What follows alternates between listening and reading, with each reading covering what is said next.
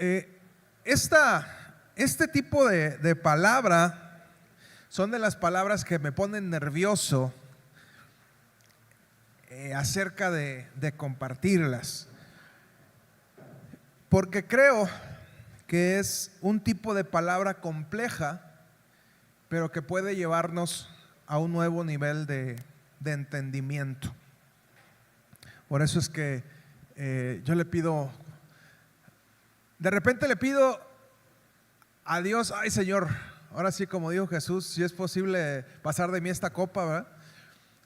Pero que no se haga mi voluntad sino la tuya. Entonces hay mensajes que son bonitos de dar, que son fáciles de dar. Cuando dices Dios te ama, eres su hija especial, eres su hijo especial, Él quiere estar contigo. Son palabras que son muy bonitas de dar, pero hay otras que se vuelven más complejas cuando tienes que dar un tipo de mensaje diferente. Algo que me he dado cuenta en mi peregrinar como cristiano es que existe una compleja relación entre el dinero y la religión. Y tristemente muchos se han valido de esta situación para aprovecharse de otras personas usando el nombre de Dios. Lo hemos escuchado muchas veces. Hace tiempo vi un documental acerca de una facción de la iglesia mormona que estuvo en Netflix, y recientemente miraba otro acerca dice, el lado oscuro de la luz del mundo. Está ahorita, debe estar todavía en Netflix. Algunos se los había recomendado que lo vieran. En ambos obviamente hay una cuestión de índole sexual, escándalos que se dieron de índole sexual, pero también la explotación o el abuso que se daba en la cuestión del dinero. Si tienen la oportunidad de verlo, les encargo que puedan observarlo. Y es que el ser humano ha sido creado por Dios con una necesidad de adoración. Es algo que está implícito en nosotros. Todos adoramos algo, inevitablemente. Cristianos, mormones, musulmanes, todos adoramos algo. Es algo implícito en nosotros como seres humanos. Tú puedes adorar a Dios, pero el hecho que tú digas no adoro a Dios no significa que no adores otra cosa. Vas a adorar algo más. Puedes adorar algún otro tipo de deidad, puedes adorar el dinero, puedes adorarte a ti mismo, pero vas a adorar algo. Eso es inevitable. De repente se vuelve confuso cuando leemos la palabra de Dios por el modelo de gobierno que se manejaba en el pueblo de Israel. No sé si ahorita estamos entrando a esta etapa de las elecciones y ya empiezan todos los mitotes, ya gente te empieza a dar los folletitos y a decir vota por fulano, vota por sutano. Comienzan los pleitos en las familias: no, es que fulano es mejor, no, es que sutano, y no, que el peje, y no, que y que no, y que Claudia, y que no, que Xóchitl. Y seguramente en muchas de sus conversaciones van a empezar a girar este asunto de aquí a junio, que sean las elecciones. Después va a venir como la cruda electoral, que le llaman, que es la resaca, lo que viene, que quién ganó, quién no ganó, por qué no ganó. Y es tema de conversación de aquí a que entra un nuevo gobierno, y después volvemos a la misma situación, otros 3, 6 años, dependiendo lo que sea el caso. Pero el pueblo de Israel manejaba un tipo de gobierno diferente. Ellos se regían mediante un gobierno teocrático. Nosotros en México somos democráticos. ¿Por qué? Porque elegimos a nuestros gobernantes.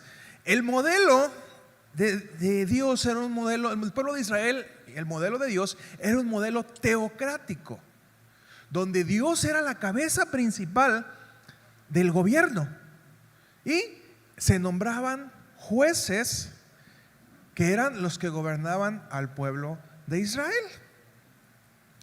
Por eso cuando el pueblo decide tener rey, van con el profeta Samuel y le dicen: Samuel, ya no queremos continuar como hasta ahora, queremos tener un rey, como lo tienen todas las naciones vecinas.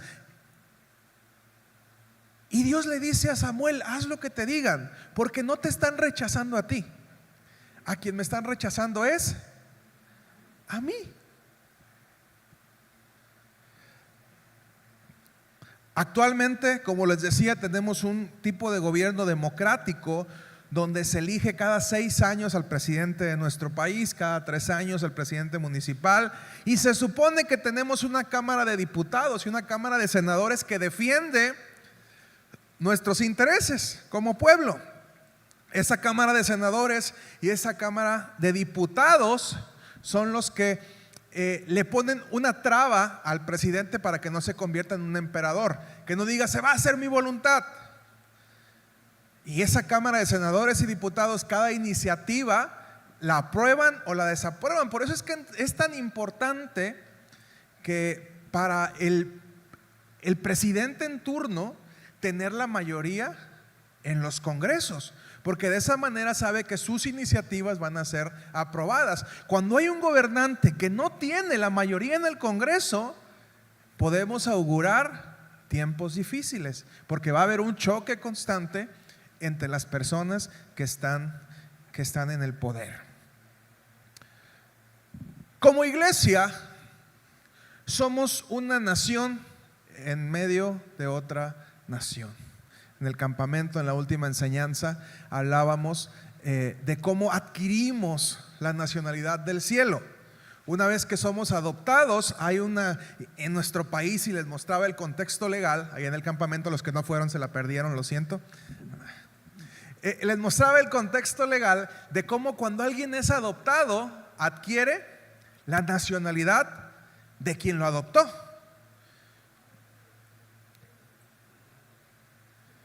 Y decíamos que de Eddie, ¿verdad? Eddie, que es gringo, entonces automáticamente una vez que Dubé se case con Eddie, podrá adquirir la nacionalidad de Eddie, podrá tener la posibilidad de iniciar los trámites para adquirir la nacionalidad de Eddie. Y decíamos Eddie porque es el único extranjero, todos los demás somos bien mexicanos. O hay alguien aquí que diga: yo soy francés, o no sé, italiano, alemán. Yo sé que parecemos, así estamos, tenemos rasgos griegos, teutones, pero somos mexicanos. Somos una nación en medio de otra nación. Respetamos los límites del lugar donde estamos. Estamos en México. No vamos a ignorar las leyes del país donde estamos, de México, pero entendemos que nuestra nacionalidad es otra. Somos ciudadanos del cielo. ¿Por qué somos ciudadanos del cielo? Porque adquirimos la nacionalidad de aquel que nos adoptó. ¿Y el que nos adoptó, quién fue? Dios.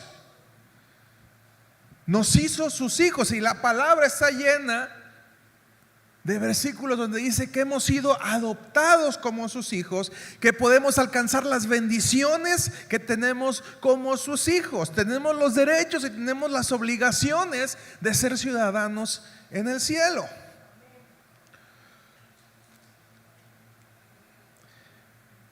Pero nuestra nación, y una vez escuchaba a un pastor que compartía que las iglesias deben ser embajadas. Ahorita hay un conflicto entre la embajada entre Ecuador y México, porque se violentó la embajada de México en Ecuador, y es un problema grave. Cuando una embajada se establece en otro país, lo que se está decretando literalmente es que ese pedazo de tierra, ese edificio que se puso ahí, no es territorio del otro país, es territorio de México. En este caso ponemos el ejemplo del conflicto México-Ecuador. Entonces, cuando ecuatorianos violentan la embajada de México, no están violentando un pedacito de su país, están violentando a México, y se considera una invasión. Cuando una nación ataca a la embajada que está en su país, se considera una invasión, porque ese espacio de tierra fue dado por parte del gobierno para que se convierta en un pedacito más de México. Entonces cada embajada que hay alrededor del mundo es un pedacito más de México. Si usted está algún día en otro país y tiene un problema, usted lo primero que tiene que hacer es correr a la embajada, porque ahí usted va a estar seguro.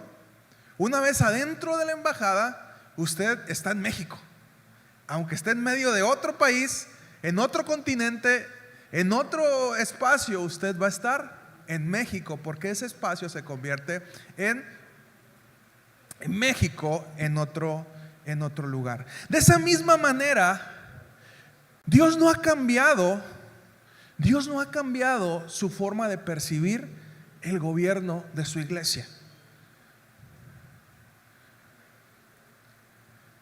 Esta embajada, porque esta es una embajada del cielo en la tierra, la embajada Betel, Centro Cristiano Betel, somos una embajada del cielo. Quien venga a este lugar podrá sentirse seguro de que está en un pedacito del cielo, porque así ha sido establecido por Él. Y quiero que lo veas de esta manera, que lo veas con ese compromiso. Y cuando algo sucede aquí, tendría que estar sucediendo como sucede en el cielo. Y enseñamos los principios del cielo.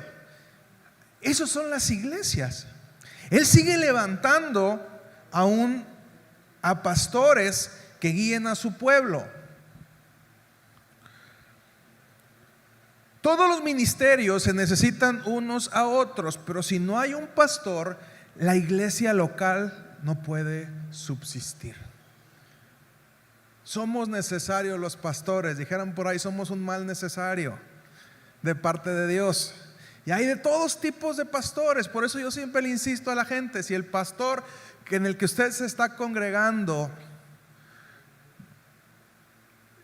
no es lo que usted espera, busque otro pastor. Hay muchos pastores, y vaya con el pastor con el cual usted escuche su voz y le siga, porque de eso verdaderamente se trata. Si no hay un pastor que congregue, no hay gente que escucha al profeta.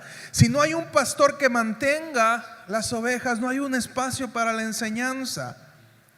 Sin un pastor, las ovejas que gana el evangelista no tienen dónde congregarse. Una vez un muchacho evangelista me decía, es que ustedes no hacen nada por salir. Y el ministerio de los pastores y las iglesias no es fructífero. Yo le decía, es que somos necesarios. Tú vas a ir, vas a ganar a las personas, los vas a traer y no va a haber un lugar donde se congreguen. Porque aparte de ganarlos para Cristo es llevarlos a un lugar donde puedan sentirse amados, protegerlos en una embajada. Sin la presencia de pastores, las obras que levantan los apóstoles no van a prosperar, porque no va a haber quien se quede a cuidar de ese rebaño.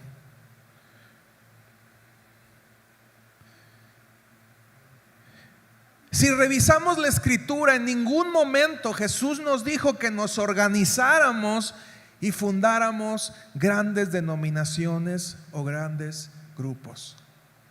Y personalmente había sido un tema que me había dado vueltas y vueltas, de decir, ¿tendremos que formar parte de una organización?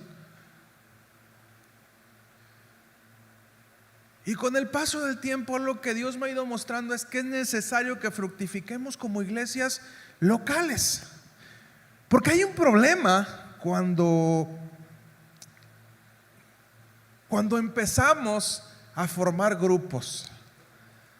A los seres humanos nos encanta formar grupos, establecer espacios y ponernos hasta arriba de la cadena alimenticia, ¿no? O sea, nos gusta ser nosotros los que disfrutemos de todos los privilegios, y ese es el modelo que se rige en el mundo, pero no es el modelo de parte de Dios.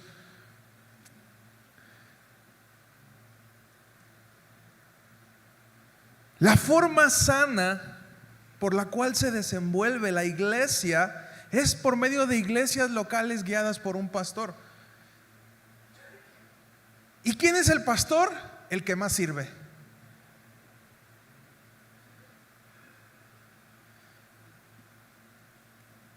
al que le toca la más chamba. Yo les decía que nos cuesta trabajo entender este concepto, a mí como pastor, pero aprendí mucho de mi tío, que es ganadero. Y mi tío literalmente vive para sus vacas y sus puercos. Y las vacas y los puercos no entienden de horarios. Ellos nos dicen, es domingo, hoy tiene ganas el jefe de irse a comer a la playa. No, o sea, para ellos no existe lunes, martes, miércoles, jueves, viernes, sábado, domingo, y vuelve a empezar. Las vacas y los puercos comen todos los días, en la mañana y en la noche, en la mañana y en la noche. Y alguien tiene que pagar el precio para estar con los animalitos y darles de comer. Y es el que más trabaja. Pero a los seres humanos nos encanta hacer organizaciones donde le ponemos el título a uno y ese es el superior de todos. Y bueno, dentro de las organizaciones aspiramos a algún momento llegar a ser ese uno que está a la cabeza, ¿no? Y tienes que tener bien en claro que cuando cualquier denominación te quiera vender esa idea de que es el hombre máximo de Dios, el ungido del Señor, el que merece cuidado, porque ni siquiera Jesús tomó ese lugar. ¿Qué hizo Jesús? Una de sus últimas enseñanzas, y después de la cena, primero los sirvió y les dijo: vengan a comer, este es el alimento. Después, ¿qué hizo? Les lavó los pies. Ni siquiera Jesús tomó ese lugar de honra dentro de su iglesia. Tenemos que tener mucho cuidado cuando alguien nos quiera vender esa idea. Y como te decía, ¿por qué solemos caer demasiado en ese punto? Porque tenemos una tendencia a adorar.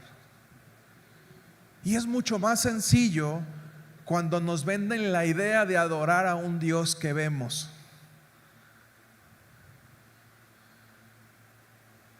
De repente un hombre se levanta y dice: yo soy el hombre de Dios. Y es más fácil que como seres humanos adoremos a ese hombre porque lo estamos viendo, a que decidamos adorar a un Dios que no vemos.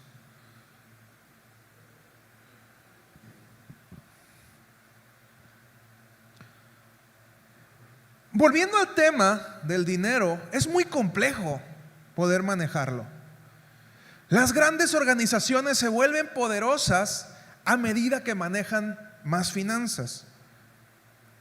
Tomando el ejemplo ya citado de La Luz del Mundo que mencionábamos, aclaro, no es un ataque, simplemente estoy tratando de dar información. Yo siempre he creído que en todos lados hay gente que de corazón ama a Dios, pero tristemente los seres humanos de repente corrompemos algo hermoso.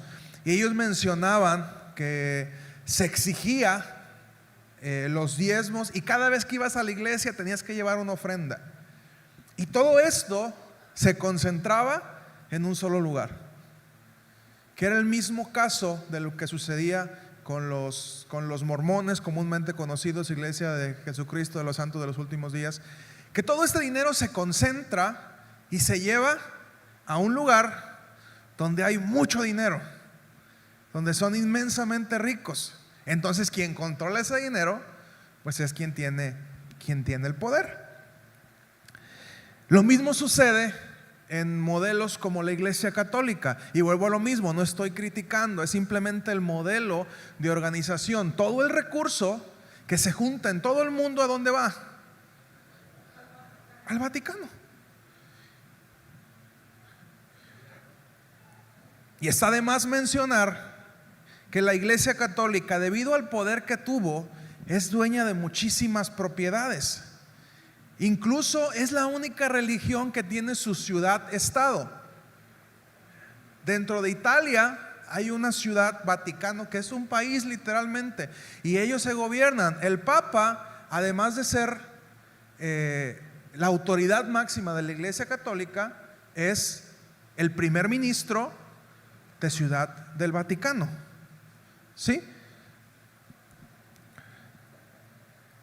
A través de este poderío económico que tienen, además de la influencia sociopolítica, le permiten subsistir de manera sobrada.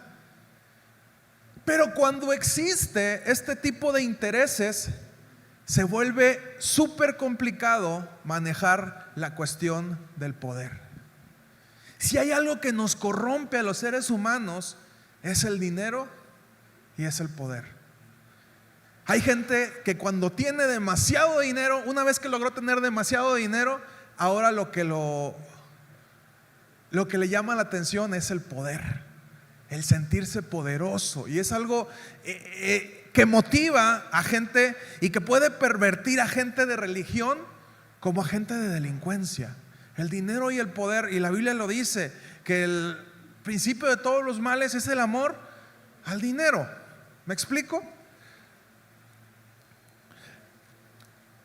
Hay un dicho que con el tesoro de la Iglesia Católica se podría acabar con la pobreza del mundo.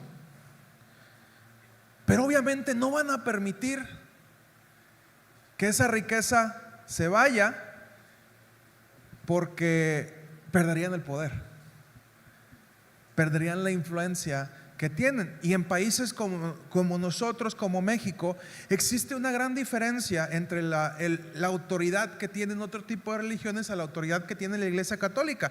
¿Por qué? Porque durante el tiempo del dominio español y más adelante tuvieron demasiada influencia. Entonces tú te encuentras en cada pueblo, el centro del rancho, en torno a qué gira, a la catedral.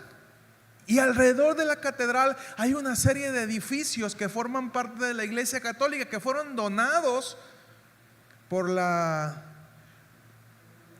el gobierno a la Iglesia Católica. Incluso cuando se forma una nueva colonia, es necesario que se destine un espacio que va a funcionar como una iglesia.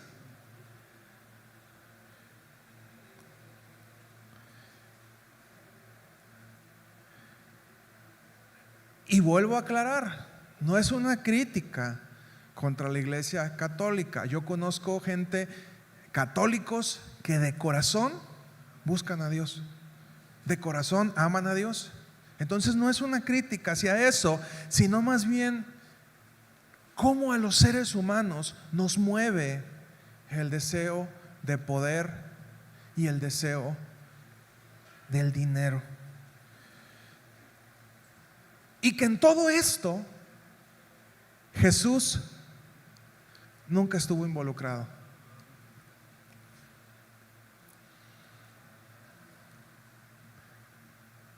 Hemos aprendido a organizarnos, pero nada de esto necesariamente tuvo que ver con que Jesús nos pidiera que nos organizáramos de esa manera. Y entonces usted me va a decir, ¿cómo debe subsistir la iglesia de Jesús? Mediante el compromiso de voluntarios. Y aquí es donde afirmo el título que le da nombre a esta palabra. El evangelio nunca es gratis.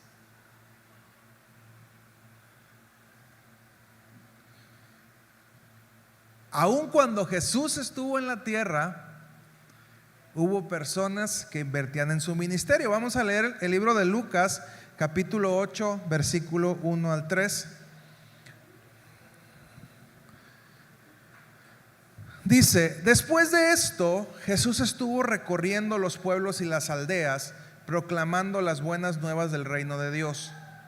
Lo acompañaban los 12. Y también algunas mujeres que habían sido sanadas de espíritus malignos y de enfermedades. María, a la que llamaban Magdalena, y de la cual habían salido 7 demonios. Juana, esposa de Cusa, el administrador de Herodes, Susana y muchas más que los ayudaban con sus propios recursos. Es curioso ver que eran las mujeres las que sostenían económicamente el ministerio de Jesús. Y creo que todavía en estos tiempos, normalmente las personas más comprometidas en el ministerio son las mujeres. Por 10 mujeres que están comprometidas, a lo mejor hay un hombre, ¿no? Y usted puede encontrar esta misma situación en todas las iglesias. Ha sido una lucha de muchos años. Imagínate cuando Jesús viajaba y llegaba a un lugar, mínimo venía con 12. Y ahora que organizamos el campamento y le dábamos de comer a 80 personas, este campamento fuimos 80. Los que estuvieron sirviendo, te das cuenta que es un maratón, ¿no? O sea, córrele y que la lumbre no está, y échale más huevo, y échale jitomate, y ponle y cósele, y los frijoles no los han machucado, ya falló la licuadora, córranle, ya me hicieron la petición las de cocina, cómpranos un industrial para poder hacer de comer rápido. Imagínate en aquellos tiempos. Ahí estábamos con el machucador, dale y dale y dale a los frijoles, y parece que se ponen más duros cuando lleva uno prisa, ¿no? Imagínate esto mismo. Hace 2000 años llega Jesús, que la Biblia nos relata que tenía 12 cercanos, pero aparte de esos 12 había otros, bueno, los hombres, las mujeres y aparte otro grupo de discípulos. Cuando los manda de 2 en 2, 72 personas. Estamos hablando de 80 personas. Imagínate que lleguen a tu casa, llegó Jesús a mi casa, me va a visitar, hay que hacer de comer para 80.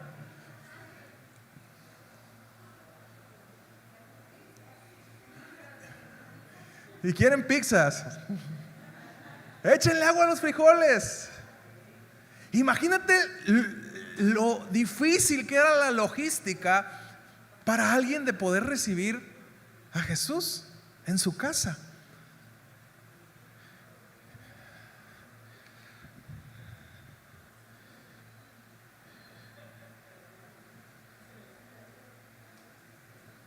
Y sabes, creo tener autoridad para hablarte de esto, porque quienes me conocen saben que yo no soy alguien que dependa de la iglesia.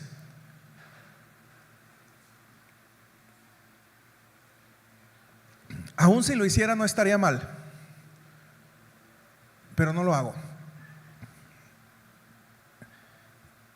Tengo mis trabajos en donde laboro. Igualmente, así como lo haces tú, yo también separo parte de mis ingresos y los invierto en otras personas que trabajan en el ministerio.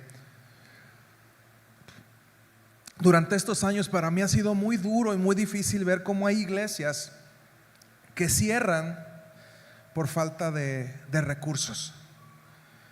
Me ha tocado ver pastores que literalmente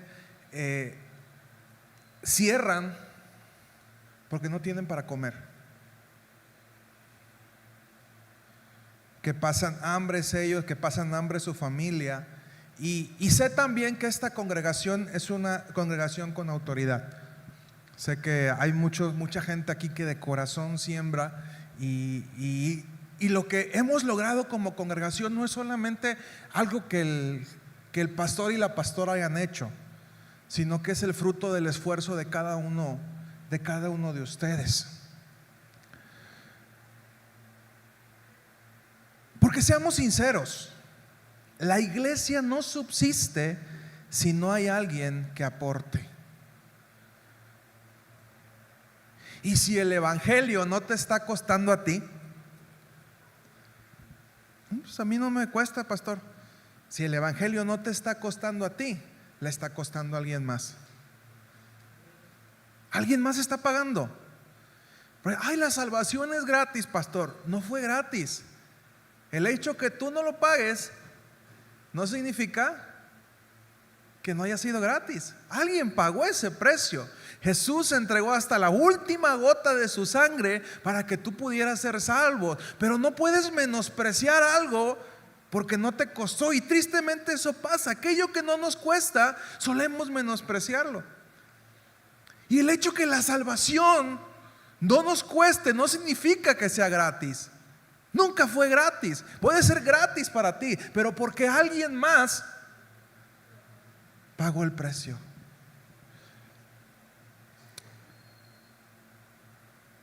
Alguien tiene que pagar el precio para evangelizar. Y te digo esto, no te estoy hablando de dinero.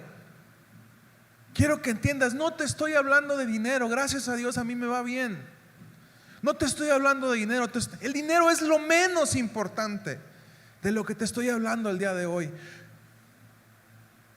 Si tú no estás evangelizando, alguien está pagando el precio.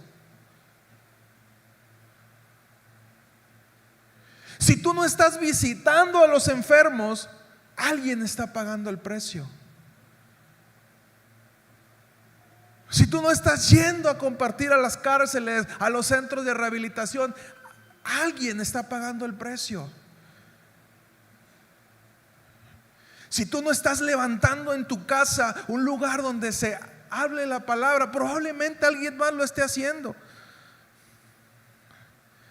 Si tú no estás llevando ayuda a los necesitados, probablemente alguien más lo está haciendo. Alguien más está pagando el precio y para alguien más está haciendo una losa, una carga muy difícil de llevar.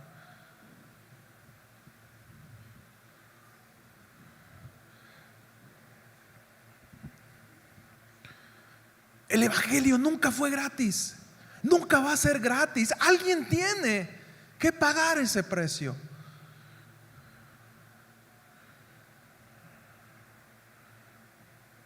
No hay nada que persista si no hay recursos.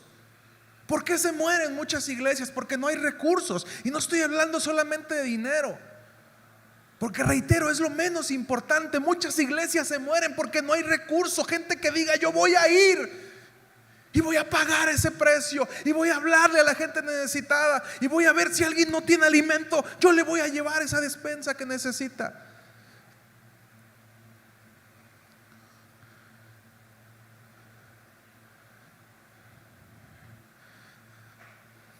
Dicen por ahí, tengo un recuerdo que parece anécdota, ¿eh? ¿Cómo dicen? Parece cuento, pero es anécdota. ¿Cómo va esa? Parece chiste, pero es anécdota, ¿eh? Una familia que iba a la iglesia y se fueron mejor con los testigos de Jehová. Y dijeron, acá con los cristianos nos piden y con los testigos de Jehová nos dan. O sea, mejor con los testigos de Jehová, ¿no? Y se fue toda la familia.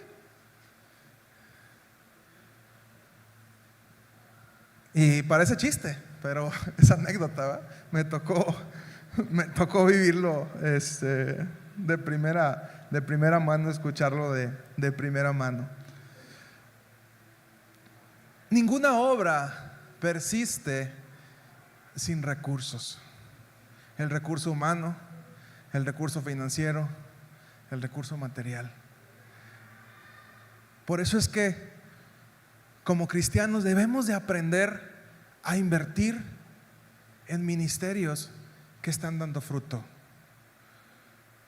Hay muchas cosas donde podemos invertir nuestro tiempo, nuestro dinero y nuestro esfuerzo para que la obra de Dios pueda establecerse en esta tierra. Me sorprende. ¿Ustedes han visto la velocidad? Me súper sorprende. Vas una semana y en la siguiente semana ya está un Oxxo. Y tú dices, pues ¿qué pasó, no? O sea, era una tienda de abarrotes y la semana que entra es un Oxxo. ¿Por qué crees que sucede esto? Me dice mi esposa, es que utilizan solamente materiales prefabricados. Le digo, no, porque hay recurso. Dicen, con dinero baila el perro.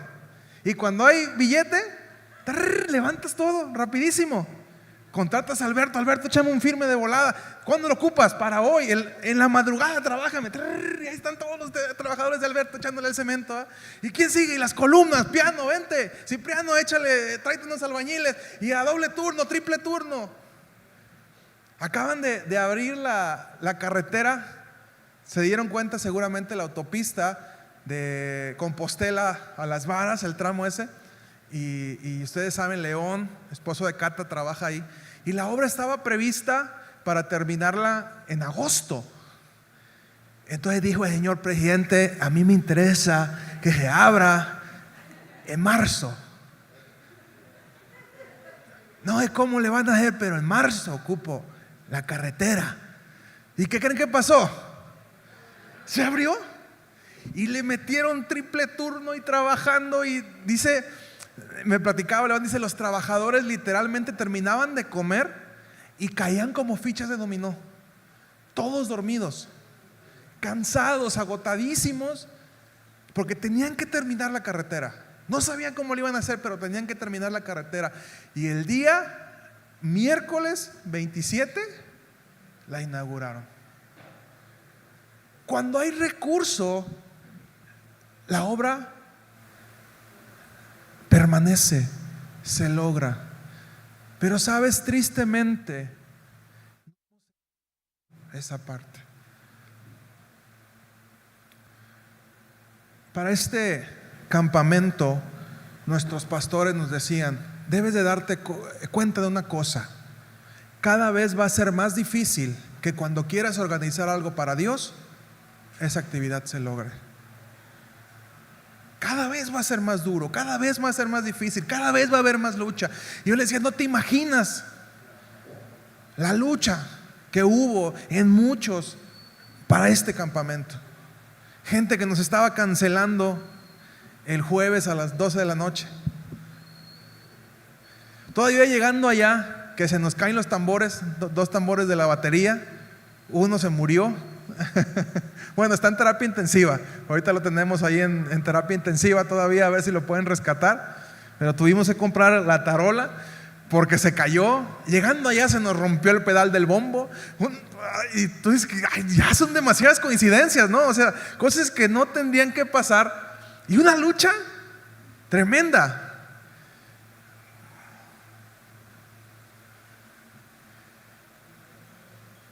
No, ¿me da chance de contarlo, Ulises? Sí. Ulises nos iba a prestar la camioneta que él trae de su empresa para llevar las cosas. No teníamos camioneta ahorita. Su servidor vendió la que tenía. Y yo te presto la camioneta, Ulises. Un domingo antes se nos quema la camioneta de Ulises. Se quemó, literalmente se quemó toda. Quedó el puro esqueleto de la camioneta. Y tú dices: una camioneta 2019, 2020, ¿por qué se quemaría, no? Se quemó. Y tú dices: ¿qué está pasando, no? Y yo le decía a mi esposa: yo entiendo que va bien algo bueno, pero de verdad que tanta lucha, hasta el más optimista lo hacía dudar, ¿no? Decir, ¿qué está pasando? Y nos decían esos pastores: acostúmbrate, de aquí en adelante cada vez va a haber más luchas cuando quieres hacer algo para Dios. Y cada vez tristemente escasea más. Escasean más los recursos. Y por recursos me refiero a personas con un deseo de decir: vamos a hacer lo que Dios nos mandó que hiciéramos. Tristemente nos estamos acostumbrando a vivir un cristianismo muy cómodo, un cristianismo que no te cuesta. Por eso es que entiendo que Dios me está diciendo que te diga el día de hoy: entiende que el evangelio nunca es gratis. Alguien tiene que pagar el precio.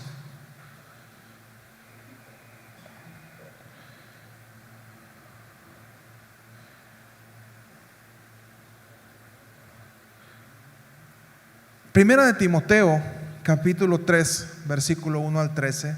Vamos a leerlo.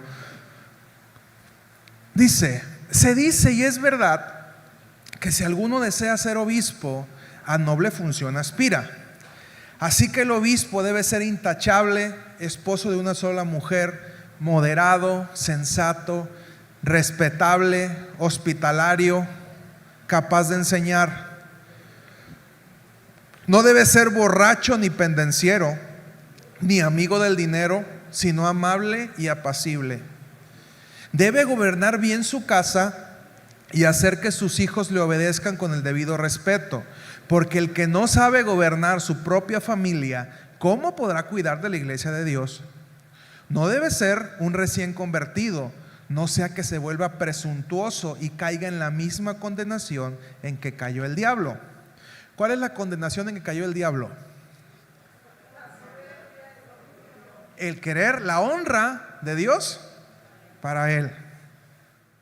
Se requiere además que hablen bien de él los que no pertenecen a la iglesia, para que no caigan en descrédito y en la trampa del diablo.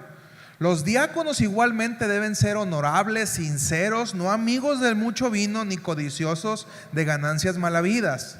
Debe guardar con una conciencia limpia las grandes verdades de la fe, que primero sean puestos a prueba y después, si no hay nada que reprocharles, que sirvan como diáconos. Asimismo, las esposas de los diáconos deben ser honorables, no calumniadoras, sino moderadas y dignas de toda confianza. El diácono debe ser esposo de una sola mujer y gobernar bien sus hijos y su propia casa. Los que ejercen bien el diaconado se ganan un lugar de honor y adquieren mayor confianza para hablar de su fe en Cristo Jesús. Me queda clarísimo que cuando Dios llama a alguien al ministerio, lo primero que le prueba es la forma en la que maneja sus finanzas. Y es un área que Dios confronta cuando llama a alguien. ¿Cómo manejas tus finanzas? ¿Por qué? Porque es lo que puede corromperte. A lo largo de la historia hemos visto cómo muchas personas terminan corruptas en todos los ámbitos, y la iglesia no es la excepción, por la forma en la que manejan sus finanzas.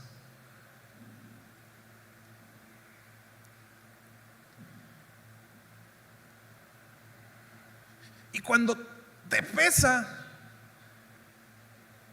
para sembrar en la obra de Dios, y vuelvo a aclarar, no te estoy pidiendo dinero, no quiero que siembres aquí. Ya se pidió la ofrenda desde antes, si alguien en su corazón lo quiere dar, y nosotros siempre lo hemos manejado de esa manera. Aquí nada es obligado, ¿ok? Quien quiere dar, da. Pero me queda claro que Dios prueba nuestro corazón con las finanzas. Es lo primero que nos choca. ¿Y por qué yo tengo que dar?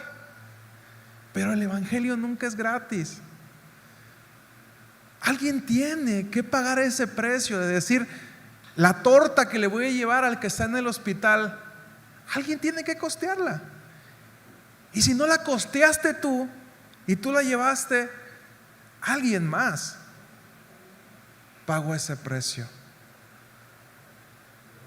Lo peor que yo podría hacer como pastor es venderte un evangelio barato.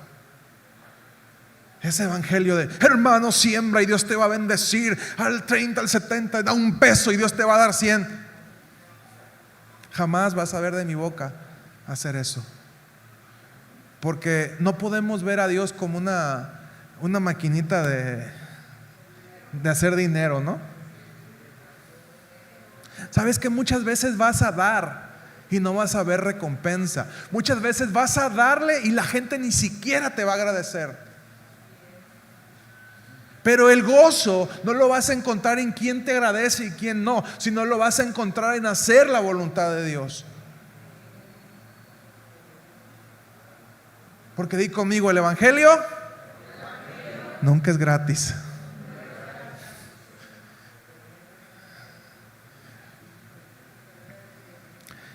El libro de Lucas, capítulo 16, versículo 9 al 13,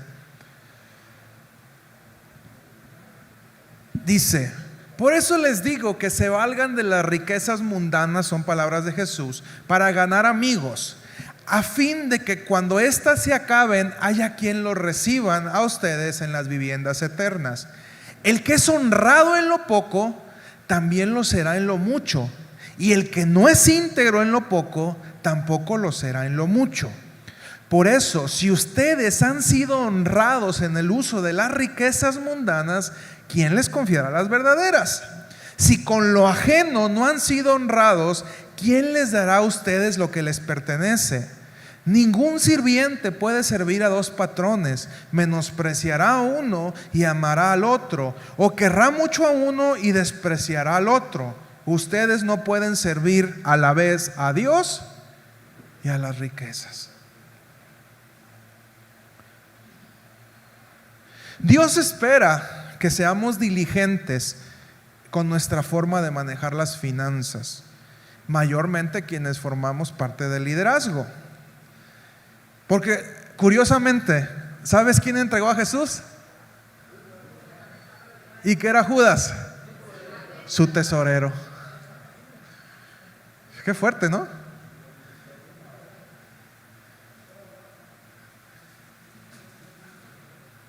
Quien entregó a Jesús fue su tesorero. ¿Y por qué lo entregó? Por monedas de plata.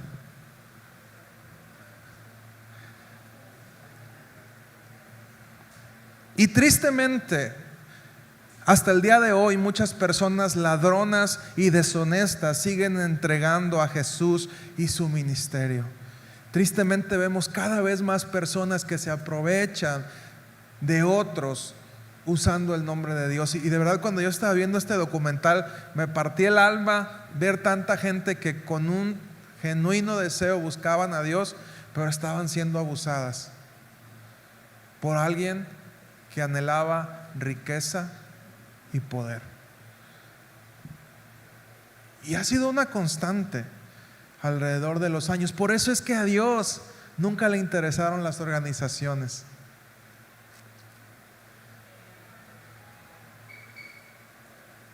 A Jesús nunca le interesaron las organizaciones, porque lo único que generan es una lucha de quién es el mayor.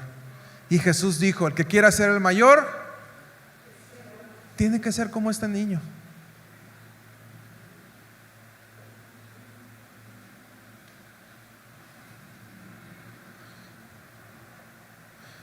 Proverbios capítulo 3 versículo 9 al 10.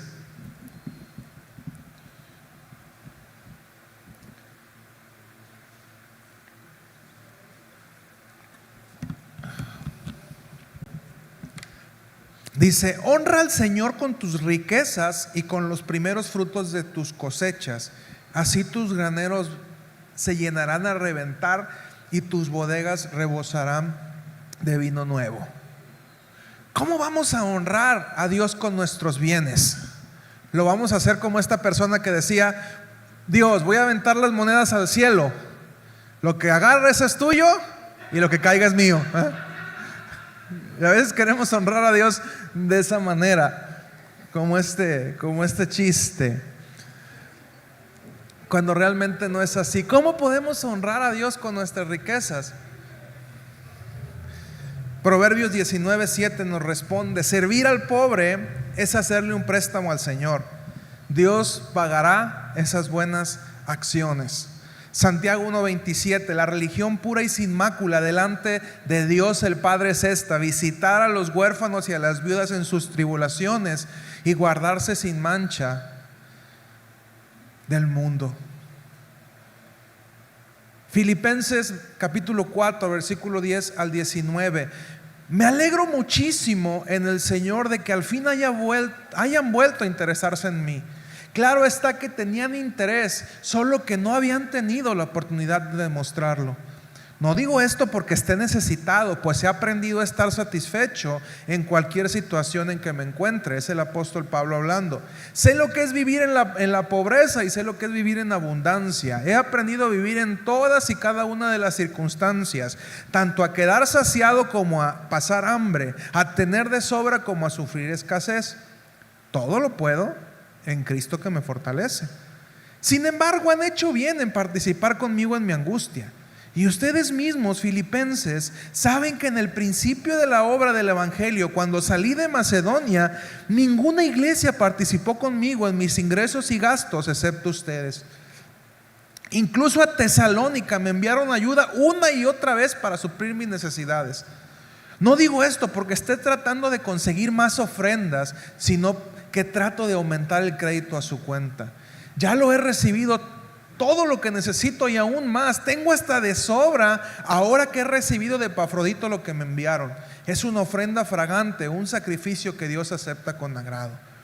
Así que mi Dios les proveerá de todo lo que necesiten conforme a las riquezas que tiene en Cristo Jesús.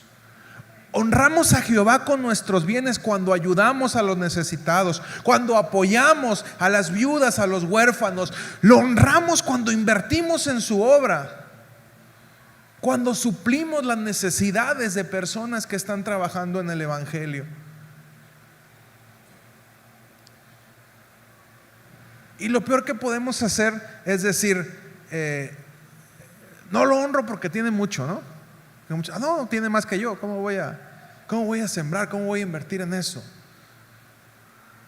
Aun cuando Dios está poniendo en nuestro corazón que hagamos algo.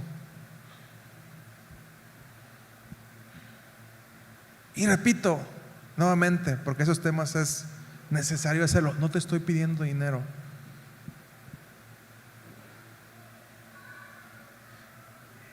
Y saben que yo no acostumbro levantar ningún tipo de ofrenda. Y mi familia y yo trabajamos por nuestro sustento. El dinero no es malo. Lo que nos complica es cuando empezamos a amar el dinero más de lo que amamos a Dios. Y entramos en una lucha, en un conflicto de a quién adoramos más, si al dinero o a Dios. Dios no se molesta con la gente rica, ni tampoco ser humilde significa ser pobre. Yo conozco muchos pobres engreídos y ricos humildes. Gente con mucho dinero que tiene un corazón bien lindo, y gente que no tiene dinero que tiene la sangre pesadota.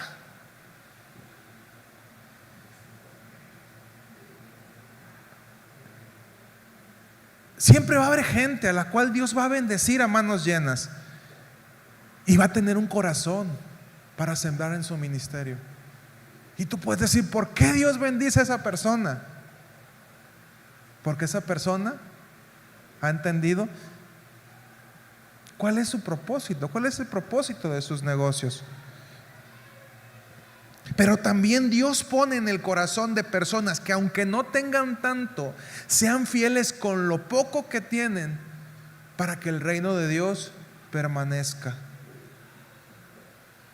Y de verdad yo les agradezco infinitamente a todos aquellos que han creído en este ministerio. Este campamento les fue bien al equipo ganador.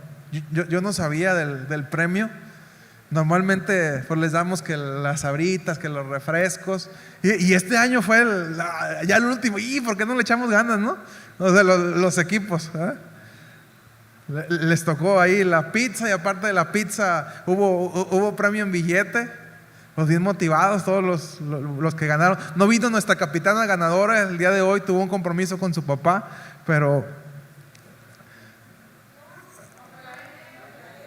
sí, cierto, ¿eh?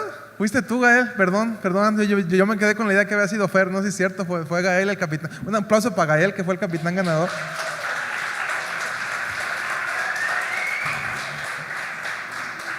Y nos quedamos sorprendidos creo que una de las revelaciones de este campamento fue Alexei.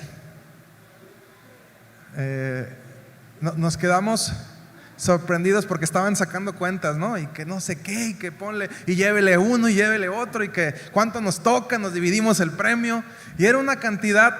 Y Alexei dijo, ¿por qué no tomamos menos cantidad y que al capitán le toque la mayor parte?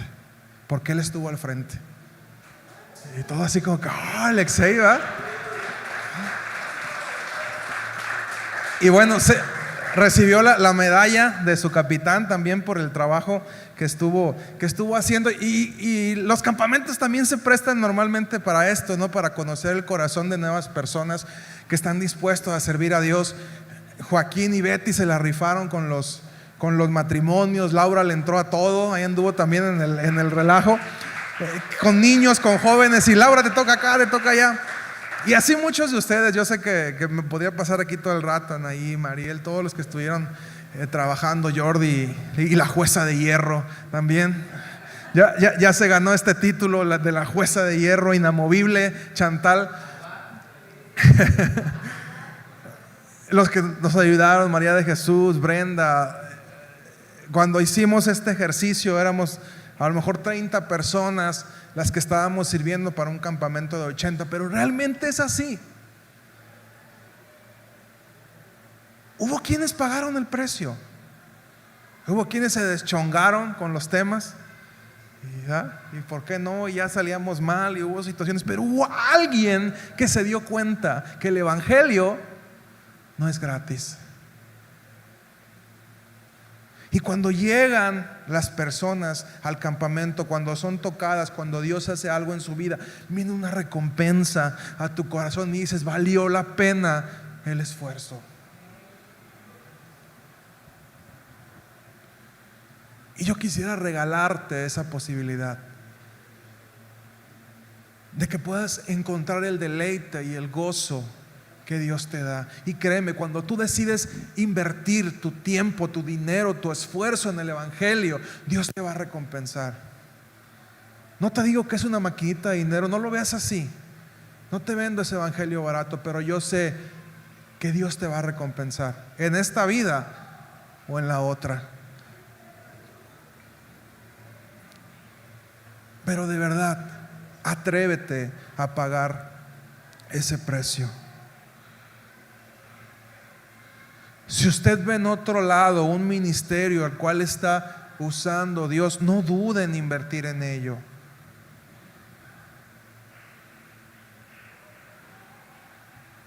Si usted ve una persona que se está esforzando, que está trabajando para Dios, no dude en sembrar en esa persona.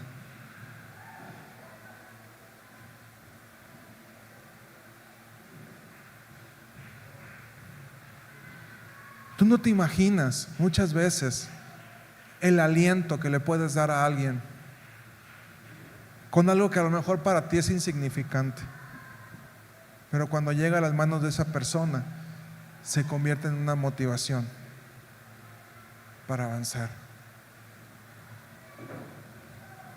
Este campamento es el campamento en el que más difícil nos lo hemos visto económicamente.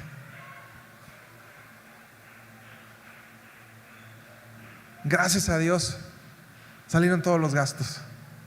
Otros campamentos sobraba, y este campamento estábamos así como que: ay, Raquel, y ya le completaste, y el camión, y el lugar. Y ya me decía: se me hace que tú no sacaste bien las cuentas. Y así como: y deme descuento, y por favor. Ay, yo, Dios mío, ahí vamos, Señor, por favor, multiplica los panes. Y ya cuando estaba, pero sabes, eso hace crecer tu fe. Luego me metí a la cocina y estaba: Señor, por favor, multiplica este chorizo y este huevo, que sobre, que abunden las tortillas. Por favor, Señor, haz algo, que las tortillas se multipliquen, que todos queden llenos. Y siempre sobró, gracias a Dios.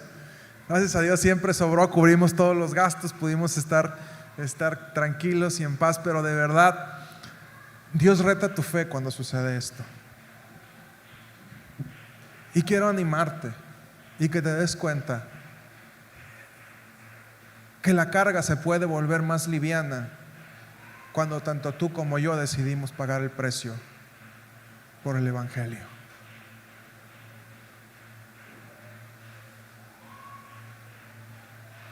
Muchos de los que sirvieron en el campamento terminaron cansados, molidos. Te lo digo al menos personalmente, que llegas y dices: pero sabes, esa carga hubiera podido ser más ligera si se reparte entre más hombros.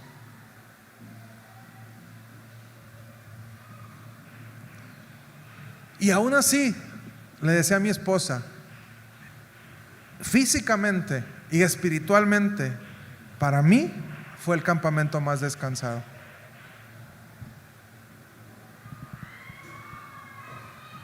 Le digo, porque si bien todo el antes fue muy pesado,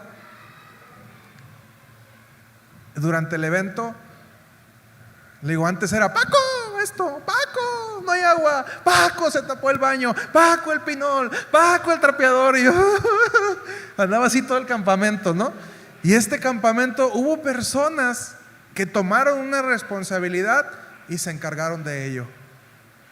Y me di cuenta de cómo cuando entre todos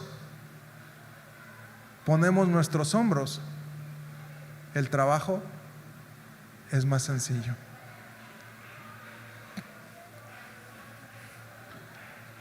Y con esto termino. Date cuenta, el evangelio nunca es gratis. Incluso para que vayan más personas. Curiosamente, este fue el campamento que menos personas tuvimos, 80. Habíamos tenido campamentos 120, 130. Gracias a Dios fue gente nueva, gente que se pudo encontrar con Él. Pero sabes, mucha gente más hubiera podido conocer a Jesús si nosotros hubiéramos decidido pagar el precio.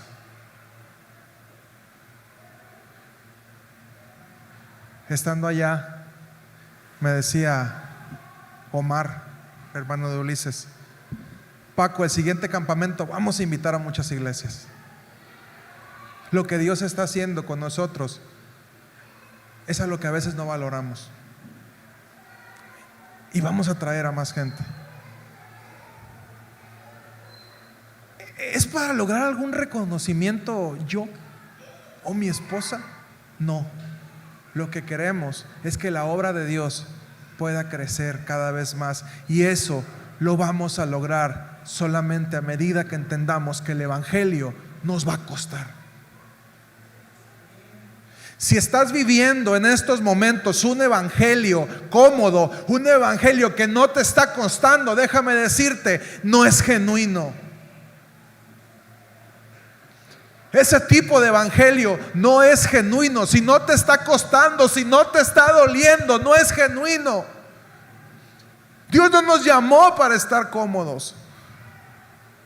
Dios no nos llamó para ser cristianos de iglesia, estar sentados cada domingo y atiéndanme y denme y el me. Al contrario, Él nos llamó para estar sirviendo a otros, para estar ayudando a otros, para estar dando a otros. Ese es el tipo de evangelio que Dios quiere que vivamos. Iglesia Betel, no te malacostumbres. No te malacostumbres a ese tipo de evangelio, porque no es el evangelio que nosotros predicamos. No es parte de nuestra esencia. Nuestra esencia dice, si Dios te permite ver la necesidad, te quiere hacer parte de la solución. Es nuestro lema. Si tú estás viendo que algo tiene que suceder, levántate, tómalo, toma el reto, rétate a ti mismo, crece. Es que nunca he dado clases, siempre hay una primera vez. Es que nunca he estado de responsable de nada y nunca vas a estar a menos que lo intentes. Es que nunca he abierto mi casa para el evangelio y nunca lo vas a hacer si no te atreves, siempre hay una primera vez. Ese es el tipo de evangelio que tenemos que empezar a tener. Nos daban la palabra en el aniversario y nos pasó por aquí. Lo que ustedes conquisten este año es una victoria que va a permanecer. No lo vivimos, no lo escuchamos, pero conquistar implica una batalla. Conquistar implica esforzarse. No esperes tener victorias en tu casa, en tu matrimonio, en tu familia, si no te esfuerzas. Esfuérzate y sé muy valiente. Esfuérzate y sé muy valiente. Te debe de costar. Iglesia, el evangelio te va a costar.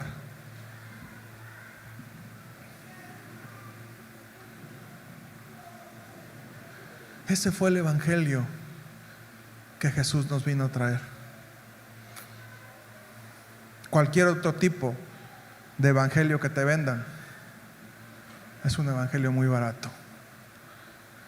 No lo tomes. Ponte de pie, por favor.